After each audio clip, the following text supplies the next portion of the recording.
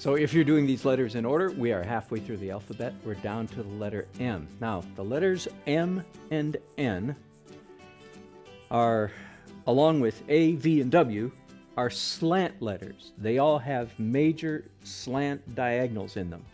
And all of them are unique. And the letter M in particular is probably the most complex, even slightly more than the W, but we'll get to that all in good time. So there are a couple things I need to make sure that you understand. Let's talk about this, my diagram for getting pen angle right. I draw a square, angle through the middle, line to the middle of that line, and I call these position 1, 2, 3, 4, and 5. And the traditional, typical pen angle for Chancery cursive italic type is about 3.5. So most of the time, that's the angle at which we're holding our pen. But that rule is going to be severely stretched when it comes to the letter M. Starts out simply enough. We do, as we do in many of the other letters, the initial curve at the top of the letter, we hold our pen in the 4 position, a little bit flatter than normal, and make the curve come down to about the 7 or 8 o'clock position on an analog clock. Now, if we were to draw the next stem in a normal manner like that, that would be way, way, way, way, way too heavy. It just wouldn't work. The M would be thick, dark, clunky. So we're going to have to do something that we haven't really done with any of our letters yet, and that is hold our pen in virtually a number 1 position. That is, we're going to, instead of holding like this, we shift it all the way around, and I would say virtually, till it's almost perfectly right up and down. Not quite. Am I being clear? So it's like the 1.3 position in my little diagram. Almost vertical, so that we get a nice, very thin initial stem, and then keeping it right at that angle, we kick out here with a nice foot that ends up being quite heavy and fat compared to a lot of our feet that are kicked out to the left. See, so that's one difference. That's our first vertical. Now the next angle is holding the pen at the traditional angle, about 3.5, is a straight line all the way down to the base. There, easy enough. But now this next angle, again, if we held it at a 3.5, it'd be a little bit too fat. So here again, we're going to invent a new angle. We haven't even done this one yet either. It's about 2.5, maybe a 2. And again, I don't want you to get hung up on the exact numbers. I just want you to get the feel. You'll know if your letter looks too fat or too skinny. You'll know how to adjust the angle of your pen. So I think at about a number 2 angle, we draw a straight line from there down to the base, and that would finish off that line right there. Now, there's also something happening at the top of this line.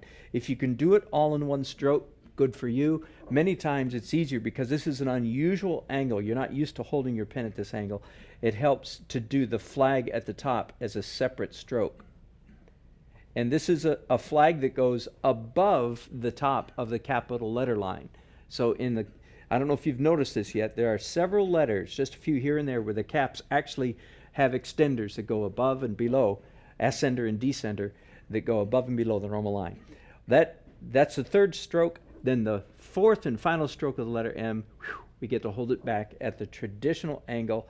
And this time, make sure that it's parallel to your italics guideline. It's real easy to make this last stroke skew off a little bit because, we want to make the M whatever. So just make sure that you do not do that. Just keep it parallel to the italics angle and then a traditional little kick-out foot there at the bottom. So you got that? Whew. I'm not going to draw that one again in pencil, but we'll do it again with the felt tip marker and the dip pen. Now let's move on to the lowercase m. Let me see, I'll find a place where I can use my guidelines there. A horizontal, I'm sorry, I'm using the right word, a vertical. And then I make my pen sort of stand on its hind legs a little bit. That is, only the back corner of it is on the paper, so that I get a nice, wide, happy V shape in this area. Does that make sense? If you don't do that, you'll end up with an M that's too fat, too dark, too grumpy. So we want a happy M. And the next stem comes down. Same thing, making my pen stand on its hind legs. Come up here to the top and come down, and then a traditional kick out curve at the bottom. Now, let me talk about these ascender, these uphill lines again a little bit. You can achieve them to some degree by altering the angle of your pen, but it's a little bit more difficult, I think, because you end up, you see the kind of the awkwardness of that is not, it's not a calligraphic move. That's not the way a calligrapher moves. So if you can learn the trick of making your taking your pen and make it do a little wheelie, so when it's going uphill there, it's only the back corner of the pen that is actually making the line on the paper. And of course, it's easy to do with pencil because their pencils are so friendly in their interaction with the paper. With a pen, it might get a little trickier.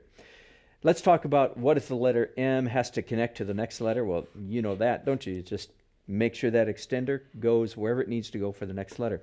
What if the letter M is the last letter in a line of type? You probably know this as well. Forgive me for making these so messy. I want to get to the point. You have a couple choices, a nice little S curve, or a simple curve, or even a great big loop that goes up and over the line of text above it. Your call. Just make sure that it's in character with your whole project that you're working on. Now, let's go ahead and get just a little bit more challenging and move to the felt tip pen. The capital letter M. What I call a number, start out with a number 4 position, a little bit more horizontal than normal. Draw that initial curve, come down to about 70 o'clock on the clock. Now, the next stroke is the one that's almost vertical. And then a kick out foot down there at the bottom that ends up being fatter than normal. The second stroke, normal 3.5 position, all the way down to the baseline. Third stroke, about a 2.5 position. And then we add the flag up here at the top. It goes above the top of the letter M. And then the fourth stroke is likewise traditional angle. Just make sure that it's parallel to your italics guidelines, and then a typical foot at the bottom. You got that? I'm sure you do. Lowercase M. Let's see what we can do here. Nice downstroke, that's easy enough. Now, and I pick my pen up, that's okay if you need to, and make it stand on its hind legs, or do a little wheelie to go up that hill, then down again, simple enough, then do a little wheelie, back corner of the pen only, and then come down, and then a nice little nice little outkick. Not like the one I did. Make yours nice, please. Got the idea? Let's move on to the dip pen, because that's where this, what I call making your pen do a wheelie or standing on its hind legs, that's where it gets a little bit tricky, because the dip pen, of course, is the wonderful main tool of the calligraphy craft, but it's also the most finicky, the one you'll have to practice with the most. I always use a piece of scrap paper to make sure my pen is behaving. Let me do the capital letter M, number 4 position, coming down to about 8 on a clock.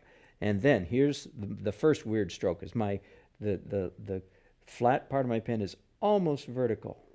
Comes following the line, following the angle of the calligraphy, following the angle of the italics. You with me? Second stroke, traditional grip, traditional angle, that's easy enough, all the way down to the baseline. Third stroke, again, at about the number 2 position. Coming down and meeting, hopefully, meeting that right at the bottom. I missed it slightly there. And then adding the flag at the top, which goes above the top of the capital letter. And then the final stroke is the pen held at a traditional angle all the way down with a foot. Good enough.